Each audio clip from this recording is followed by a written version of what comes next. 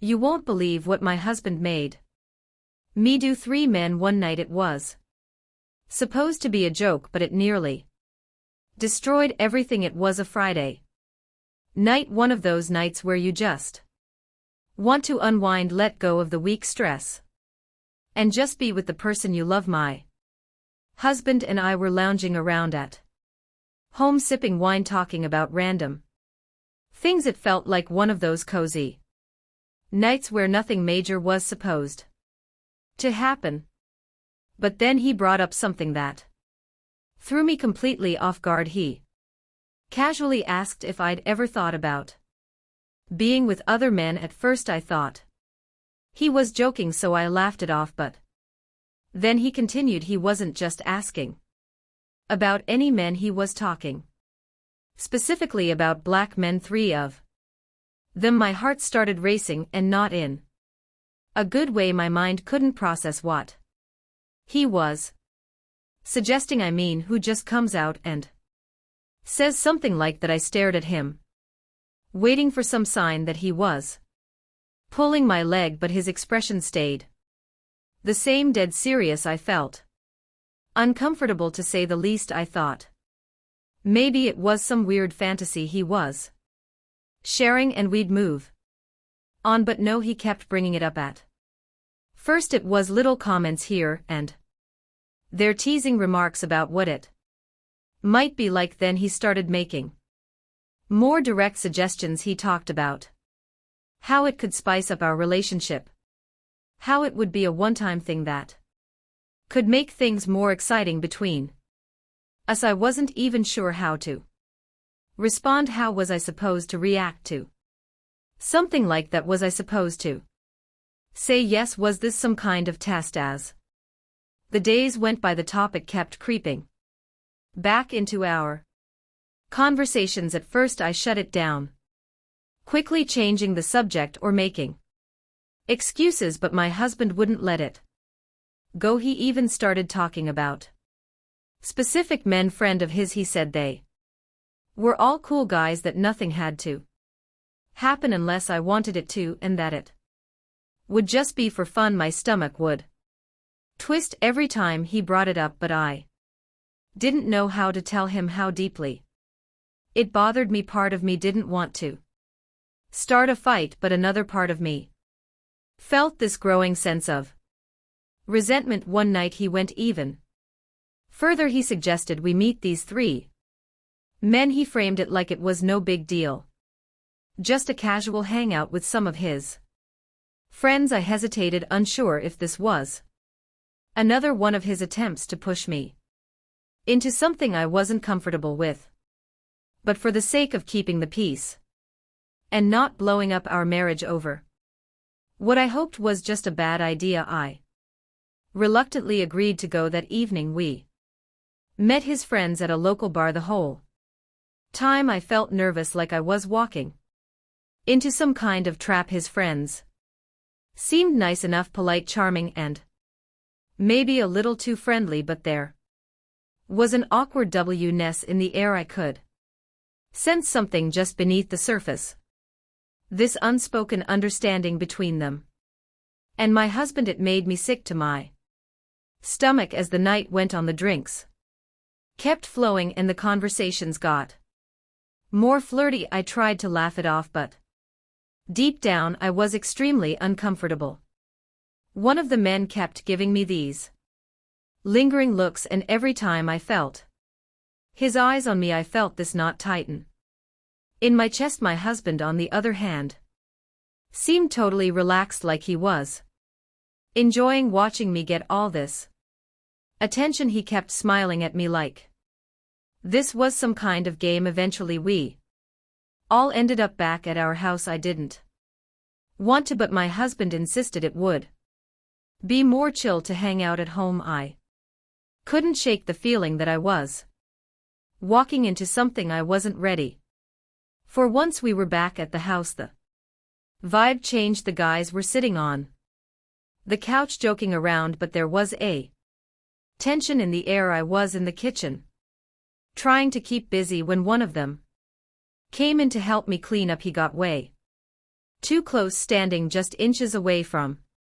me, and I could feel his breath on my neck as he leaned in to grab a dish towel. My heart raced again, and not in a good way. Then he whispered something in my ear. I couldn't hear everything he said, but I caught enough to know that this wasn't just about hanging out anymore. He was making a move, and I could feel the situation slipping out of my control. My husband was in the other room, probably aware of what was happening, and he didn't seem to care. I felt trapped. I tried to brush it off, but the tension kept growing. The guy kept brushing up against me, making small, subtle touches, testing the waters to see how far he could go. I felt frozen. Should I tell him to stop? Should I call my husband in? But how would that look? My mind raced with a million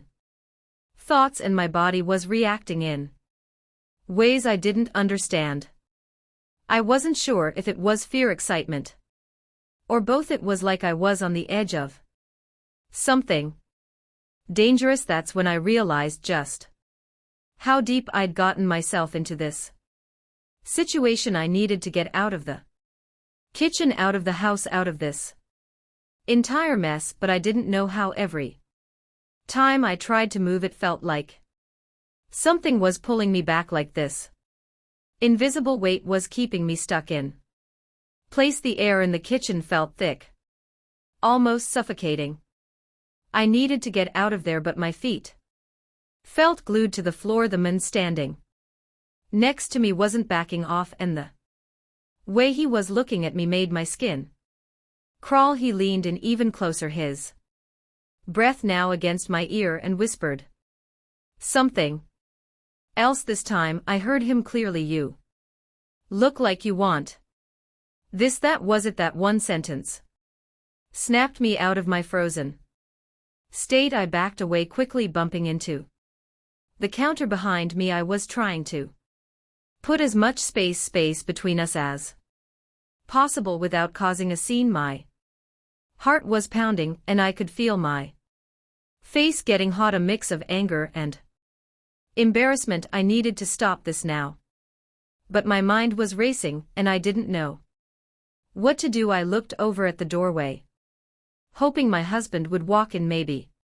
sense that things had gone too far, but he didn't. I realized in that moment that he wasn't going to. He was the one who had put me in this situation in the first place. I was on my own. I pushed past the guy and made my way to the living room where the other two men were laughing with my husband. They didn't seem to notice the tension or the panic that I was feeling. My husband glanced at me and smiled, completely unaware of the turmoil going on inside me. Or maybe he did know, and he just didn't care. I couldn't tell anymore. I sat down on the edge of the couch, my hands gripping the cushion so hard that my knuckles turned white. I kept thinking about what had just happened in the kitchen, how close things had come to crossing a line that I wasn't ready to cross. I wanted to say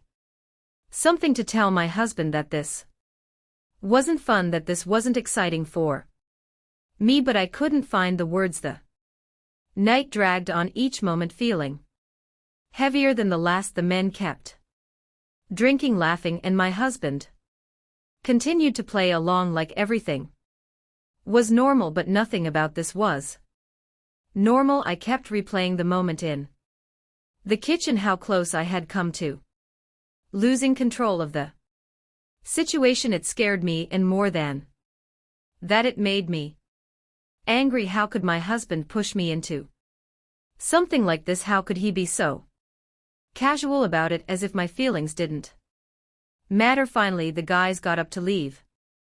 I felt a wave of relief wash over me, like a weight had been lifted off my chest. I watched as they walked out the door, and for the first time that night I felt like I could breathe again. But the tension wasn't gone. It was still there, simmering just beneath the surface after they left. I turned to my husband. He was still smiling like he had just hosted the perfect night, but I couldn't take it anymore. I had to say something. What was that? I asked, my voice trembling. What do you mean? He replied, looking genuinely confused, like he had no idea what I was talking about. That I said, motioning toward the door where his friends had just left.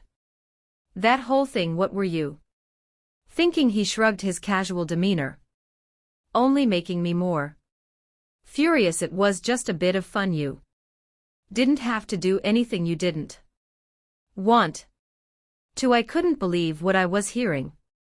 Did he really not understand fun? I said, my voice rising. You call that fun? You put me in a situation where one of your friends was all over me and you just sat there like it was no big deal. My husband's face changed. The smile dropped, and for the first time that night I saw a flicker of realization in his eyes. But he didn't apologize. Instead he got defensive. I thought you were into it. He said. You didn't say anything. You didn't stop him. That was the last straw. I couldn't hold back anymore because I didn't know how. I didn't know what to do. You're my husband.